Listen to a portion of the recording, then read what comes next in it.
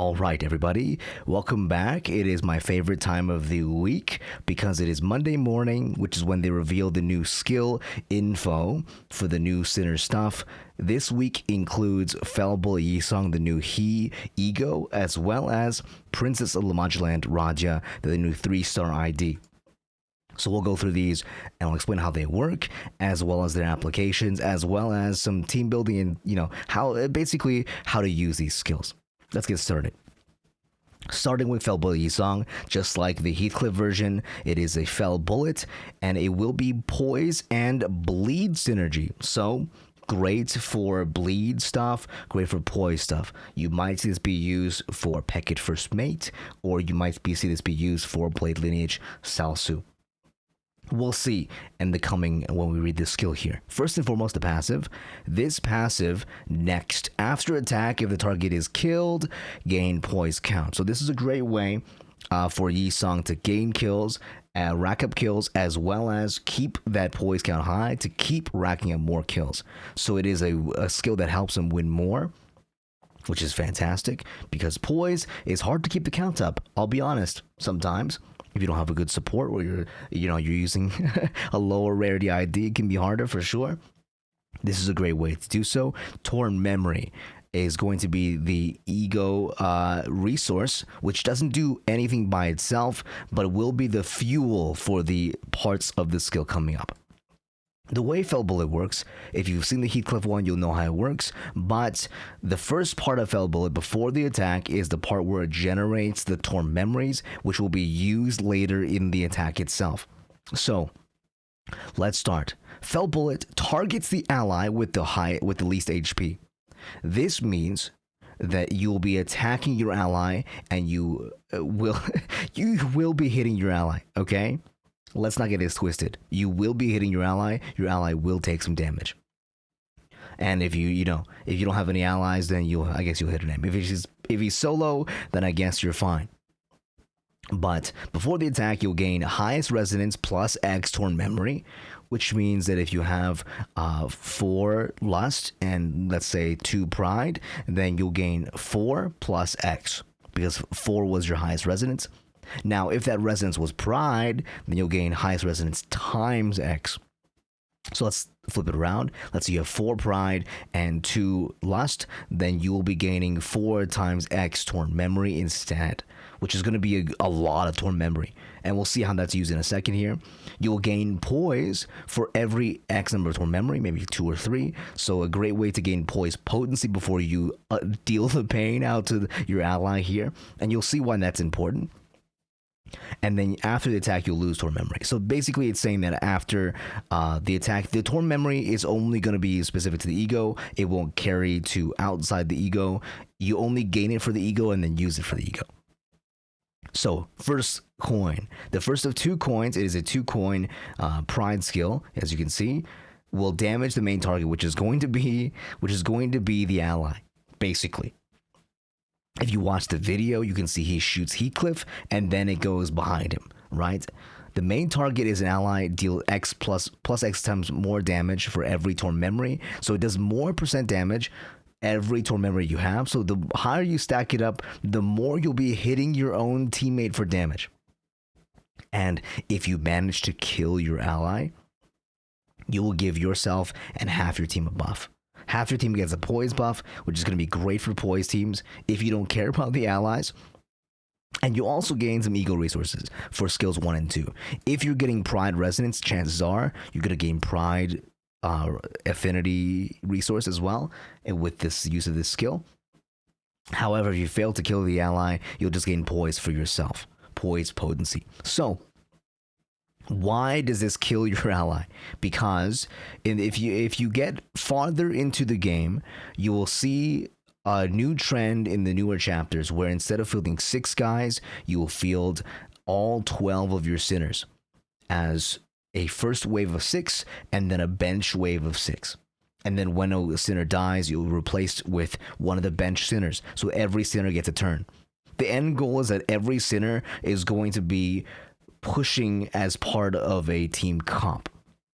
In this case, probably a poise or bleed comp. So either, you could run the new age bleed full team with the Blood Fiends, or you can run a Poise Bleed team, or a Poise team in general, just with Blade lineage, and we'll see, or Sync, and we'll see how that works in a second. The second coin will deal damage only to sub targets. If the first coin failed to kill the ally, one sub target takes damage, plus X damage on critical hit for every X torn memory. This is a crazy skill. If you manage to kill an ally, you're going to be doing an insane, ungodly amount of damage to an ally. And why does this do this? Because it wants you to get used to using your sinners as a resource to kill them, and then maybe bring them back later. We'll see. Definitely opens the gates for sinners that will revive other sinners, or your ability to revive your own sinners in the future as well. Some good synergy there. And the ego corrosion skill as well, when you have corroded or you overclock. Indiscriminate targets the ally with least HP as the same. You'll gain torn memory as well as this. So all this is the same. But however, you will also now deal more damage for every torn memory. So this skill will just do crazy more damage, with the downside that it probably targets a lot more than just one member of your teammates. The first skill only hits the main target. If the main target is an ally, you'll deal more damage, and you also deal more damage to every poison yourself. So this skill will really be lethal on the main target. The Fell Bullet Corrosion is going to hit your main target for like 400. No questions asked. On ally kill, you'll gain poise, basically for your whole team at this point, and the next coin does more damage for every torn memory as well. So this is going to do crazy damage against all the sub targets if you manage to kill your ally here. You'll gain some resources as a benefit, as well as some poise if you fail. But if you succeed, you're going to be doing some crazy damage and inflicting bleed on the crit as well. So the Fell Bullet Corrosion is just the main skill again, but way stronger. Does more damage for every torn memory. And you're going to want to run this team in a team with a lot of same resonance, because the more resonance you have, the more torn memory. So you could see this running with a lust synergy, a lust resonance for a bleed team, or a poise team, because poise is going to have a lot of pride, which is going to give you the maximum of torn memory for this skill. So if you run the new bleed team with someone like Gregor, you'll get suffocating guilt, which is a that kind of stuff. But mostly you're probably going to run into a lot of lust synergy with unforgivable sin, plus whatever else. Scissoring from what's her name, Altis, as well as a bunch of other bleed egos, all have a lot of lust. Or you can run, with Blade Lineage, because someone like Merceau has two different pride skills, and, Don Quixote even has one. For instance, Salsu Faust has one as well. So there's a lot of options, and obviously you could run this on a Yisang such as Peckett First Mate, which has Poise and Bleed Synergy, as well as a pride skill. Or you can run this on someone like the Ring Yisang for the Lust Synergy as well, the Lust Resonance. So characters with the similar resonance is going to be your go-to here for this skill. And it's going to be useful if you're playing the later games. This will not be a useful ID for you when you're just starting out. You'll find that it's going to be a little bit hard to use. If you can't be killing your sinners, you will want to kill your sinner with this skill. It is a very volatile skill for a very big payoff. But that is going to be that as well. Now we're going to move on to Princess Launchland Rodya here. This is going to be a longer video, I'm sorry. But let's take a look, guys. It is full of flavor. As you can see, Be Gone, the first pride skill, is I think this is like, what is it called? Dance with Grace? Something like that. And this one is going to be, I think it's the pride skill that she used to have. A lot of the portraits are going to be like the reused versions of the Dulcinea fight. Dulcinea. This is Dulcinea Rodya. So you've gotten to the story yet, you'll fight her. If not, spoilers, I guess. I won't spoil too much, but reading her skills, you can have a good idea. They've they've managed to condense it all into one page, which is surprising and very, props to them, guys. Bad ego, one page, bad ego. Anyway. Blood Feast. is going to be her first pass. We're going to start the passes first and then get into the skills. Blood Feast is her first passive. As with all Blood Fiends, they have access to the Blood Feast blood pool, which lets them drink blood and get stronger throughout the fight, which will be useful, including the next passive, Hard Blood Thorn. Dulcinea has Hard Blood Thorns, and she will as well in this Rodya ID. When other ally takes bleed damage or consumes Blood Feast, this unit gains Blooming Thorns. So you're going to be running this character with a lot of other Blood Fiends, so that when another ally takes bleed damage, or when they bleed themselves, for instance with Gregor who bleeds himself, or when they apply bleed for themselves because the blood pool is not big enough, or when they drink, you'll gain Blooming Thorns, which is going to be very devastating for the enemy team. Also, you'll heal HP on self if the amount of damage dealt on base skills. So this is another ID that has self-healing, just like that Gregor ID. At max HP, you'll heal one ally instead. So this is going to be really, really crazy. She's going to be on the field. She's going to be doing crazy damage. And if she's full HP, she's also a healer. This is one of the very first healers we have, not including, characters that run healing egos, such as Faust with Fluid Sac. This Sinner legitimately is on the field and will be healing her team. She's a supportive, tanky kind of, Sinner for your team roster, which makes Rodya the best. We'll see. Support passive, if she's on the bench. If she's not on the field, but she's on the bench, you'll get access to her support passive instead, which is one ally with the highest bleed potency at the turret end, reduces the ally's bleed potency by max, and applies bleed potency reduced Blooming Thorns. So she will give her allies Blooming Thorns for being on the bench. So even when she's on the bench, people are still getting Blooming Thorns, and we'll see how that applies in a second. Blooming Thorns is going to be just like Dulcinea's passive, which creates Blooming Thorns, Blood Woven Thorns, and Blood Molded Thorns. We've kind of consolidated it into just Blooming Thorns, but it does basically the same thing. You'll get damage mitigation from defense level up for the stacks. When you're hit, you will inflict bleed on the attacker and lose some stacks. And on her only, not on the other characters, but on her only, when you have max stacks, you'll convert to the next stage of this effect. So this Blooming Thorns will level up, similar to how Dulcinea levels up her Blooming Thorns as well. And then you inflict more bleed and more rupture potency with this target's base skills when it levels up, and reverse the previous stage if you lose enough stacks. So this is kind of like Dulcinea's effect, but also kind of like the Barber's Scissors for Autis, or the, being a flagellant little bastard like Gregor. Now, Festive Fever is also a skill from Dulcinea as well, which will expire at the end of the turn instead of stacking forever. Against targets with bleed, deal more damage for every stack. So this is a great way to do more damage against bleeding targets. So you want to always be bleeding. Okay, skills that consume or gain Blood Feast deal more damage for every stack instead. So this is also a great way for your Sinners that do Blood Feast stuff to benefit. And we'll see how that works in a second as well.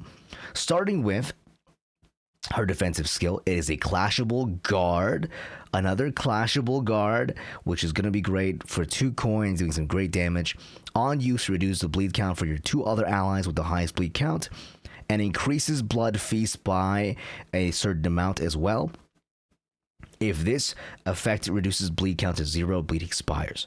So this is a great way to reduce the bleeding on your Sinners and increase the Blood Feast blood pool. So generally the idea for a lot of the Blood Fiends is they want to bleed the enemy to increase the blood pool so they can drink.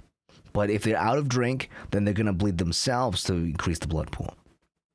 This way, with Rodya, you can decrease the bleeding, but also increase the Blood Feast blood pool. It's keeping your Sinners healthy, but also working towards the effect that you wanted anyway.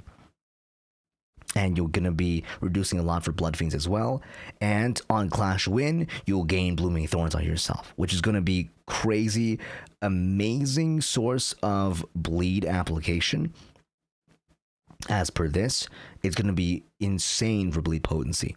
You will also inflict bleed on the first one and bleed count on the second one. So a great way to guarantee this is going to be on use So it's a great way for you to get some value out of Rodya, reduce some bleeding. If you know your team's gonna be bleeding ahead of time, you can use this skill to, staunch the flow of blood. Let's see. First skill, by God, it's gonna be a Pride 2-coin skill. Probably gonna be very low rolls to start off with, and then scale later on. On self and one ally with the highest max HP consumes X Blood Feast and applies Blooming Thorns to every Z Blood Feast. Okay, so in the Dulcinea boss fight, she has the ability to buff her allies or deal damage to you.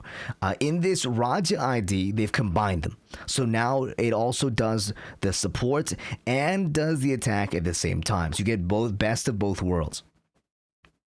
It will give you and your other allies Blooming Thorns for drinking the blood pool at the combat start. So before anything even happens, even if the enemy, even if your ally goes before Rodya, the ally will still get Blooming Thorns before their turn. So this is like a, before all effect. Now, this, applies additional Blooming Thorns for Blood Fiends as well. And if you can't consume enough, you'll gain bleed. But you'll be able to staunch it in other ways as well. Now this coin will be able to inflict bleed and rupture. So this is bleed and rupture support, kind of. You can probably run this in a team that starts off as bleed and ends in rupture, or starts as rupture and let's say runs, some rupture egos and then transitions into a full blood fiend team. So that's going to be really great for that. You'll also gain point power for every bleed on target. So same as Dulcinea. You'll be scaling later and later. When the enemy has so much bleed on them, you're going to be rolling like crazy high, even with the skill 1. Skill 2 is going to be beckon the audience hither, change to in finely ground mistfall. Skill 2 is a envy 3 coin. At the combat start, you'll apply power up as well as Blooming Thorns for Blood Feast consumed, including more for your allies that are Blood Fiends. And then, so this is the same as the first skill. You also applied Rupture, Count, and Bleed Count, and then apply Rupture and Bleed. So a great way to apply Count and Bleed on this skill. Plus, if they ever hit you later on, then you're also applying Bleed with Blooming Thorns. Or if they hit your tank, someone like, if you give this to your tank, then all of a sudden, Gregor is taking hits, but also applying Bleed. So double value, double mileage. You can even run this with characters that have aggro and aren't necessarily bleed synergy even, and just give them Blooming Thorns as well if you'd so choose. She's very flexible, but ideally you're going to give it to a Blood Fiend. And she's going to prioritize Blood Fiends. So if you run this with Rodya, if you run this with Gregor, if you run this with Autis, those two will get the Blooming Thorns before everyone else. Now, this is a skill 3 as well as a skill 3 part 2. There's 2 different versions of this skill. This is probably like the parade goes on for eternity or something like that. And this one is the finale. Ascendant Don Quixote Hardblood Arts, the finale. Great name for a skill. Fantastic. Before use, at X number of Blooming Thorns, activates this instead. So it'll be this skill up until the point where you can build up enough Blooming Thorns. And once your Blooming Thorns is high enough, you'll instead use the stronger version. So this nothing to be done on your part. Just play the game, and you'll have access to the finale later on in the fight. No frills, very easy to use. At Blooming Thorns active, you get the finale. Fantastic. If the target has bleed, gain coin power, so it's going to be great for clashing. 3 coin lust skill, great for clashing on a skill 3. Very, very powerful. 2 self and the highest resonant allies. You gain Festive Fever this turn and next turn. So Festive Fever gives you more damage against bleed targets. So this is going to be a crazy buff for your team, especially if she goes first, especially if your whole row is just lust. So if you're running Blood Fiends and other bleed synergy, probably a lot of lust is going to be in your party with the new Gregor and the new Autis for sure. And even some other IDs as well that are bleed will also have lust as well. Fantastic little piece. And everyone gets Festive Fever, which is going to be big damage. Your whole team just does way more damage. It's a whole team-wide buff.